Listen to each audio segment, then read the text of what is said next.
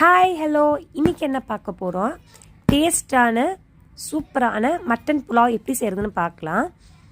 1/2 kg mutton எடுத்திருக்கேன், 1/2 kg basmati rice எடுத்திருக்கேன்.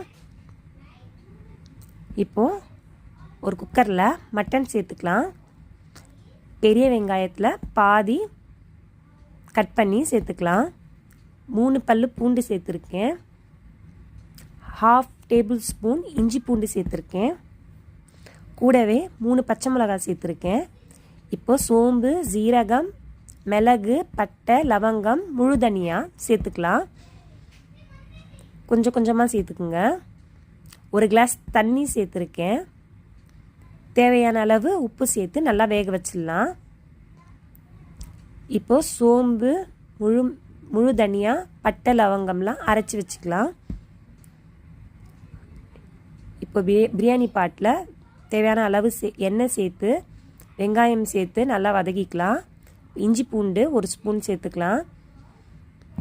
தக்காளி 1 சேர்த்துக்குங்க. சின்ன சின்னதாக கட் பண்ணியிருந்த பச்சை மிளகாய் சேர்த்துக்கலாம். இப்போது அரைச்சி வச்சு இந்த மசாலாவை சேர்த்து நல்லா மிக்ஸ் பண்ணிக்கலாம். சோம்பு, பிரியாணி இலை, மிளகு, பட்டை கூடவே அதுவும் சேர்த்து நல்லா மிக்ஸ் பண்ணிக்கோங்க. 1 டேபிள் ஸ்பூன் தயிர் சேர்த்துக்கலாம். இப்போ வேக வச்சுருந்த மட்டனை சேர்த்து நல்லா மிக்ஸ் பண்ணிக்கலாம்.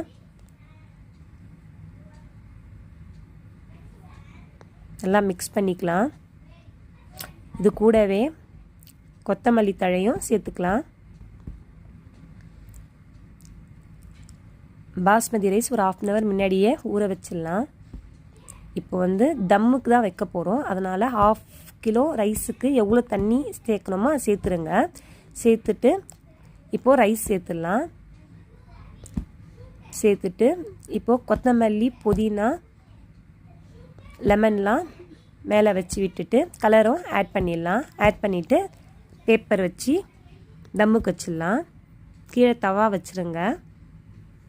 ஒரு 20 minutes நல்லா தம்முக்கு வச்சு இப்போ எடுங்க.